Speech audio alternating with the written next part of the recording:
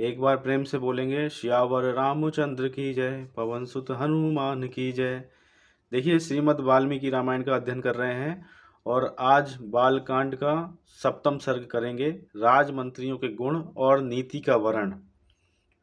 और ये सब जो है आपने पूर्व के वीडियो में देखा कि लव और कुश भगवान श्री राम के दरबार में पूरा गुणगान कर रहे हैं। तो आज जो गुणगान है राजमंत्रियों के गुण और नीति का वर्णन के विषय में बताया गया है। तो आनंद लेते रहिए श्रीमद् वाल्मीकि रामायण का। प्रारंभ करते हैं अब।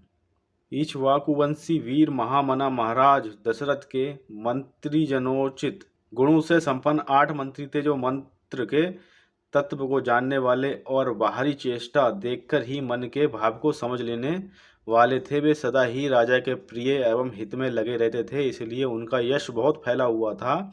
वे सभी शुद्ध आचार विचार से युक्त थे और राजकीय कार्यों में निरंतर संलग्न रहते थे।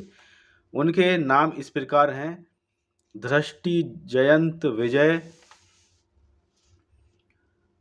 सुराष्ट्र, राष्ट्रवर्धन, अकोप, धर्मपाल और 8वें सुमंत, जो अर्थशास्त्र के ज्ञाता थे।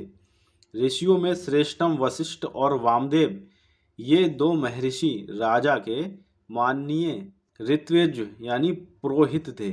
इनके सिवा सुयस, जावाली, काश्यप, गौतम, दीर्घायु, मार्कंडे और विप्रवर कात्यायन भी महाराज के मंत्री थे। इन ब्रह्म ऋषियों के साथ राजा के पूर्व परंपरागत ऋत्विक भी सदा मंत्री का कार्य करते थे। वे सबके सब विद्वान होने के कारण विनयशील, सलज्ज, कार्यकुशल, जितेंद्रिय, श्री संपन्न, महात्मा, शस्त्र विद्या के ज्ञाता, सुदृढ़, पराक्रमी, यशस्वी, समस्त कार्यों में सावधान, राजा की आज्ञा के अनुसार कार्य करने वाले, तेजस्वी, क्षमाशील, कीर्तिमान तथा मुस्कुराकर बात करने वाले थे। वे कभी काम, क्रोध या स्वार्थ के वशीभूत होकर झूठ नहीं बोलते थे। अपने या शत्रु पक्ष के राजाओं की कोई भी बात उनसे छिपी नहीं रहती थी। दूसरे राजा क्या करते हैं, क्या कर चुके हैं और क्या करना चाहते हैं, ये सभी बातें गुप्तचरों द्वारा उन्हें मालूम रहती थीं। वे सभी व्यवहार कुशल थे। उनके सौहार्द की अनेक अवसरों पर परीक्षा ली जा चुकी थी। वे मौका पड़ने पर अपने पुत्र को भी उचित दंड देने में भी नहीं हिचकते थे। कोष के संचय तथा चतुरांगिणी सेना के संग्रह में सदा लगे रहते थे। शत्रु ने भी यदि अपराध न किया तो वे उसकी हिंसा नहीं करते थे। उन सब में सदा शौर्य एवं उत्साह भरा रहता था। वे राजनीति के अनुसार कार्य करते तथा अपने राज्य के भीतर रहने वाले सत्पुरुषों की सदा रक्षा करते थे। ब्राह्मणों और क्षत्रियों को कष्ट न पहुंचाकर न्यायोचित ढंग से राजा का खजाना भरते थे। वे अपराधी पुरुष के बलाबल को देखकर उसके प्रति तीक्ष्ण अथवा मृदु दंड का प्रयोग करते थे। उन सबके भाव शुद्ध और विचार एक थे। उनकी जानकारी में अयोध्यापुरी अथवा कौशल राज्य के भीतर कहीं एक भी मनुष्य ऐसा नहीं था जो मिथ्यावादी, दृष्ट और पर स्त्री लंपट हो। संपूर्ण राष्ट्र और नगर में पूर्ण शांति छाई रहती थी। उन मंत्रियों के वस्त्र और वेश स्वच्छ एवं सुंदर होते थे। वे उत्तम व्रत का पालन करने वाले तथा राजा के हितैषी थे। नीति रूपी नेत्रों से देखते हुए सदा सजग रहते थे। अपने गुणों के कारण वे सभी मंत्री गुरुतुल्य, समादरणीय, राजा के अनुग्रह पात्र थे।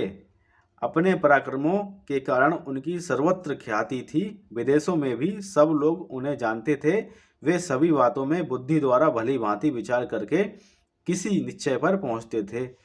समस्त देशों और कालों में वे गुणवान ही सिद्ध होते थे, गुणहीन नहीं। संधि और विग्रह के उपयोग और अवसर का उन्हें अच्छी तरह ज्ञान था। वे स्वभाव से ही संपत्तिशाली, दैवी संपदा से युक्त थे।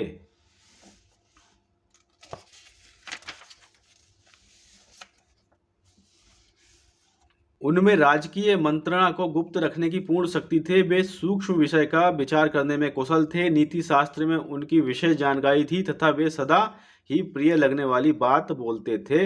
ऐसे गुणवान मंत्रियों के साथ रहकर निष्पाप राजा दशरथ उस भूमंडल का शासन करते थे। वे गुप्तचरों के द्वारा अपने और शत्रु राज्य के वृत्तांतों पर दृष्टि रखते थे, प्रजा का धर्मपूर्वक पालन करते थे तथा प्रजा पालन करते हुए अधर्म से दूर ही रहते थे।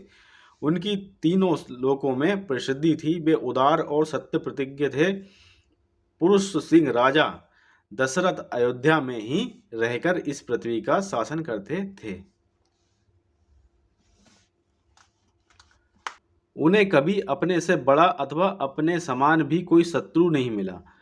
उनके मित्रों की संख्या बहुत थी। सभी सामंत उनके चरणों में मस्तक झुकाते थे। उनके प्रताप से राज्य के सारे कष्टक, शत्रु एवं चोर आदि नष्ट हो गए थे। जैसे देवराज इंद्र स्वर्ग में रहकर तीनों लोकों का पालन करते हैं, उसी प्रकार राजा दशरथ अयोध्या में रहकर संपूर्ण जगत का शासन करते थे। उनके मंत्री मंत्रणा को गुप्त रखने तथा राज्य के हित साधन में संलग्न रहते थे। वे राजा के प्रति अनुरक्त, कार्यकुशल और शक्तिशाली थे। जैसे सूर्य अपनी तेजोमयी किरणों के साथ उदित होकर प्रकाशित होते हैं, उसी प्रकार राजा दशरथ उन तेजस्वी मंत्रियों से घिरे रहकर बड़ी शोभा पाते थे। यहाँ पे 7वां सर्ग बालकांड का संपन्न हो रहा है। कल हम अध्ययन करेंगे श्रीमद् वाल्मीकि रामायण के बालकांड के 8वें सर्ग का, जिसमें हम पढ़ेंगे राजा का पुत्र के लिए अश्वमेध यज्ञ करने का प्रस्ताव और मंत्रियों तथा ब्राह्मणों द्वारा उनका अनुमोदन। तो एक बार प्रेम से बोलेंगे, सियावर रामचंद्र की जय, पवन सुत हनुमान की जय।